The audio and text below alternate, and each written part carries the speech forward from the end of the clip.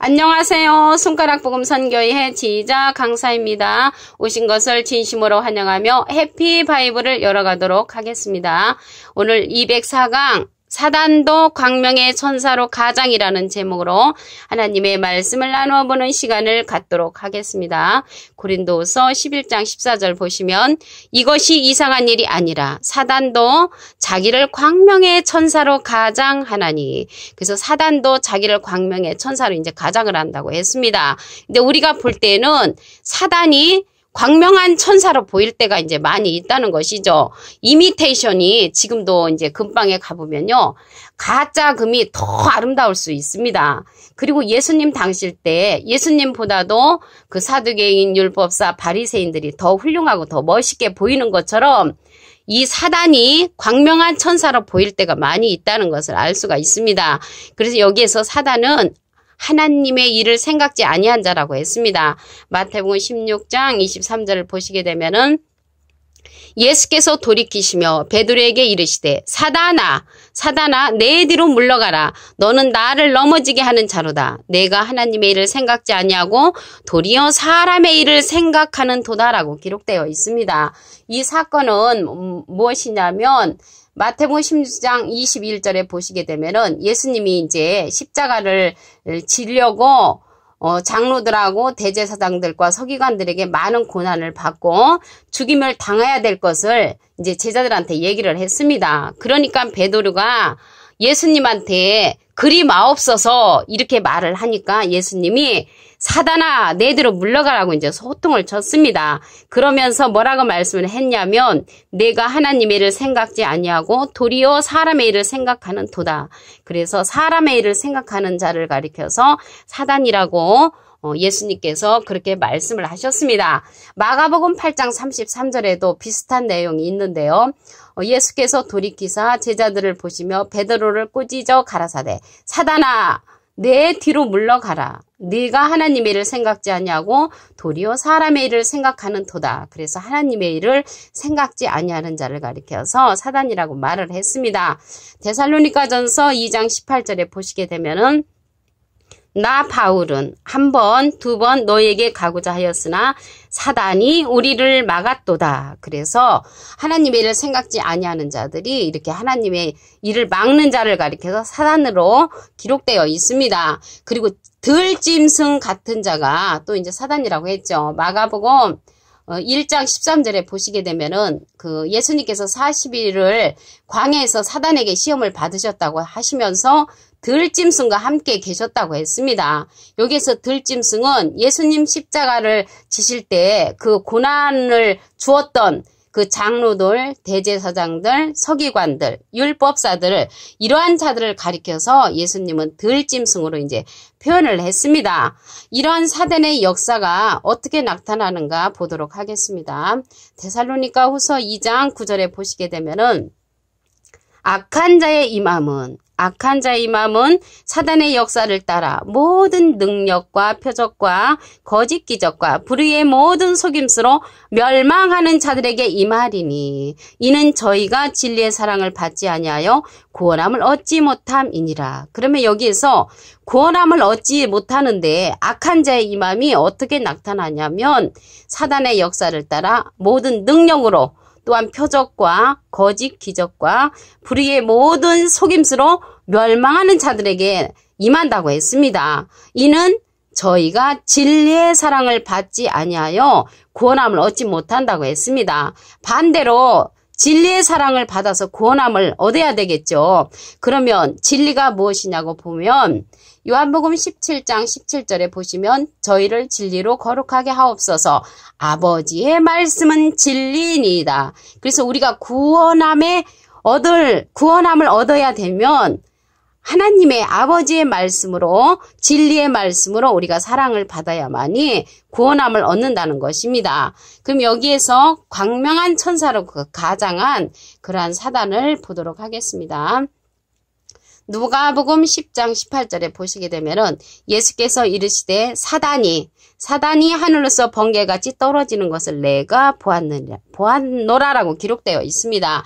그래서 여기에서 사단이 하늘로서 떨어졌다고 했는데 여기에서 우리가 생각하는 저 공중의 하늘이 아닙니다. 예수님은 마국간에서 태어나셨지만 하늘에서 오셨다고 그랬죠. 그래서 하나님을 아는 그 차원이 하늘에 거하였기 때문에 하늘에서 오신 것입니다. 그래서 여기에서 사단이 하늘에 거했을 적에는 하늘의 사명자였지만 하늘에서 떨어진 이 사단은 이제 거짓 목자가 된 것이죠. 그래서 진리의 말씀을 준비해야 광명한 천사를 알아볼 수가 있습니다. 그래서 우리가 진리의 말씀을 이제 준비하는 그러한 천사를 보도록 하겠습니다. 갈라디아서 1장 8절에 보시게 되면은 우리나 혹 하늘로부터 온 천사라도, 그래서 하늘로부터 온 천사라도 우리가 너에게 전한 복음 외에 다른 복음을 전하면 저주를 받을지어다. 그래서 진리의 말씀으로 다른 복음을 전하면은 그러한 천사라도 저주를 받는다는 것을 볼 때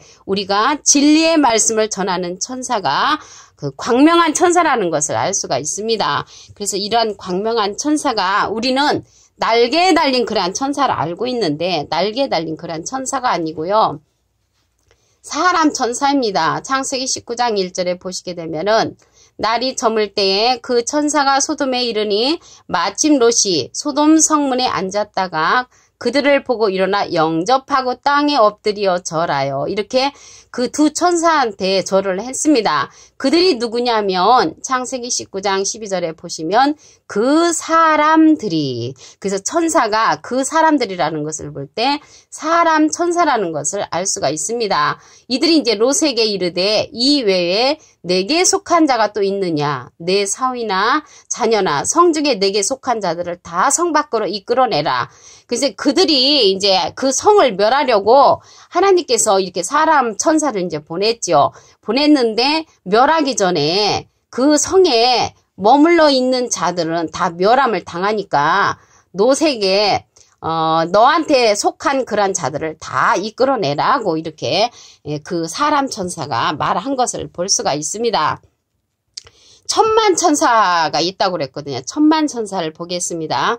히브리 12장 22절을 보시게 되면은 너희가 이룬 곳은 시온산과 살아계신 하나님의 도성인 하늘의 예루살렘과 천만 천사와, 그 천만 천사면은 굉장히 많은 숫자죠. 근데 우리가 이 천만 천사 많은 숫자 그 천사 가운데 하나님의 말씀을 잘 해석하는 그런 해석을 잘하는 천사를 만나야만이 우리가 하나님의 말씀을 잘 깨우침을 받을 수가 있습니다. 아까 악한 자는 깨우침을 받지 못한 자라고 했거든요. 다니엘서 12장 10절에 보시게 되면은. 그래서 우리가 해석을 잘하는 그러한 천사를 보도록 하겠습니다. 욥기서 33장 23절에 보시게 되면은 그럴 때에 만일 1천 천사 가운데 그 사람의 해석자로 함께 있어서 그 정당히 행할 것을 보일진데 하나님이 그 사람을 긍휼히 여기사 이르시기를 그를 건져서 구덩이에 내려가지 않게 하라. 내가 대속물을 얻었다 하시리라 라고 기록되어 있습니다. 구덩이에 내려가면은 우리가 하나님의 말씀을 깨우침을 받지 못하면 구덩이에 내려갈 수가 있습니다.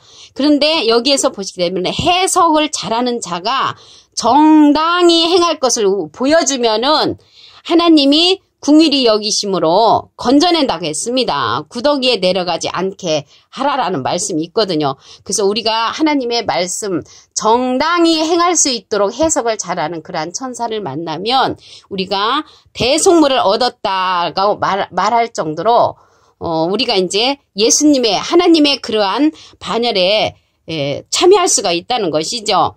여기서 대속물이 나왔는데요. 예수님이 십자가상에 돌아가시면서 우리가 죄에서 해방을 받았죠. 그래서 죄에서 해방을 받았기 때문에 예수님의 대속물로 우리는 이제 의인이 되었죠. 그리고 마찬가지로 해석을 잘하는 1만 천사 가운데 해석을 잘하는 그러한 천사를 만나게 되면은 아까 진리의 사랑을 받으면 구원함을 얻는다고 했죠. 그래서 진리의 사랑을 받음으로 구원함을 얻을 수 있는 그러한 기회가 될 줄로 믿습니다. 그래서 마지막 때는 추수꾼의 그러한 천사를 만나야 됩니다. 마태복음 13장 39절을 보시게 되면은 가라지를 심은 원수는 마귀요. 가라지를 심은 원수는 마귀요. 추수 때는 세상 끝이요. 추수꾼은 천사들이니. 그래서 추수 때 지금 다 세상 끝이라고 그러잖아요. 그 세상 끝이고 추수꾼은 천사들인데 추수함을 하는 그러한 천사를 우리가 만나야만이 하나님의 알곡 창고에 들어갈 수가 있는 줄로 믿습니다. 그 사단도 광명한 천사로 가정을 하는 것을 볼 때 이 사단이요 광명한 천사 못지않게 아름다운 모습이라는 것을 우리가 알 수가 있습니다. 고린도후서 11장 14절을 보시게 되면은 이것이 이상한 일이 아니라 사단도 자기를 광명한 천사로 가장하나니, 그래서 사단도 광명한 천사로 이제 가장한다는 것을 알 수가 있고요. 여기에 사단이 나왔는데요. 요한복음 6장 70절에 보시게 되면은 너희 중에 한 사람은 마귀인이라라고 예수님께서 말씀을 했고요. 계시록 20장 2절에 보면은 용을 잡으니 곧 옛뱀이요 마귀요 사단이라고 했습니다. 그래서 사단은 어떠한 자인가 보면은 계시록 12장 9절에 보시게 되면은 큰 용이 내어 쫓기니 옛뱀 곧 마귀라고도 하고 사단이라고도 하는 온 천하를 꿰는 자라고 했습니다. 그래서 온 천하를 꿰는 자는 사람이죠. 이게 사람 자자입니다. 사람 자자. 그래서 용이나 뱀이나 마귀나 사단은 다 똑같은 그러한 사단으로서 온 천하를 꿰는 자라고 했고요. 이들이 마태복음 23장 33절에 예수님께서 뭐라고 했냐면 이 뱀들아 독사의 새끼들아 너희가 어떻게 지옥의 판결을 피하겠느냐. 그래서 지옥의 판결을 피할 수 없는 자라는 것을 말씀을 통하여 우리가 알 수가 있습니다. 그리고 이제 창세기 3장 1절에 보시게 되면은 들짐승 중에 뱀이 가장 강교하다라고 하시면서 여호와 하나님께서 지으셨다고 했습니다. 그래서 사단도 하나님께서 지으신 것을 알 수가 있고요. 이사야 45장 7절에도 보시게 되면은 나는 빛도 짓고 어둠도 창조하며 나는 평안도 짓고 환란도 창조하나니 나는 여호와라 이 모든 일을 행하는 자라고 하나님께서 말씀을 하셨습니다. 그리고 예수님이 시편 22편 16절에 보시게 되면은 개들이 나를 에워쌌다고 했거든요. 그래서 그 개들이 예수님의 수족을 찔렀다고 했습니다. 근데 그 개들이 짐승이잖아요. 그래서 짐승 같은 자를 가리켜서 예수님이 또 사단이라고 한 것을 알 수가 있습니다. 그 예수님을 찔른 그 개들은 이사야 56장 11절에 보시게 되면은 몰각한 목자들이라고 기록되어 있습니다. 그래서 오늘 천사를 보니까 창세기 19장 1절에 두 천사가 이제 소돔에 이르렀다고 했죠. 그 천사가 창세기 19장 12절에 보면은 사람들로 나옵니다. 그래서 사람 천사라는 것을 알 수가 있습니다. 그래서 오늘 204강 사단도 광명의 천사로 가장을 했는데 사단도 광명의 천사처럼 아름다운 모습으로 나타난다는 것을 알 수가 있고요. 예수님께서 이 뱀들아 독사의 새끼들아 어떻게 너희가 지옥의 판결을 피하겠느냐 이렇게 말을 했잖아요. 그 예수님 당신 때 그 뱀들 독사의 새끼와 같은 그런 자들이 광명한 천사로 가장한 것처럼 이 시대에도 광명한 천사로 그러한 사단들이 가장을 한다는 것입니다. 가장이라는 것은 가짜로 이제 장식을 한다는 것이죠. 그래서 이 시대에 하나님의 진리의 말씀을 우리가 깨우침 받음으로 그 가장한 광명의 천사로 가장한 사단을 우리가 알 수가 있습니다. 오늘 204강 사단도 광명의 천사로 가장이라는 제목으로 하나님의 말씀을 통하여 상고해보는 시간을 가졌습니다. 감사합니다.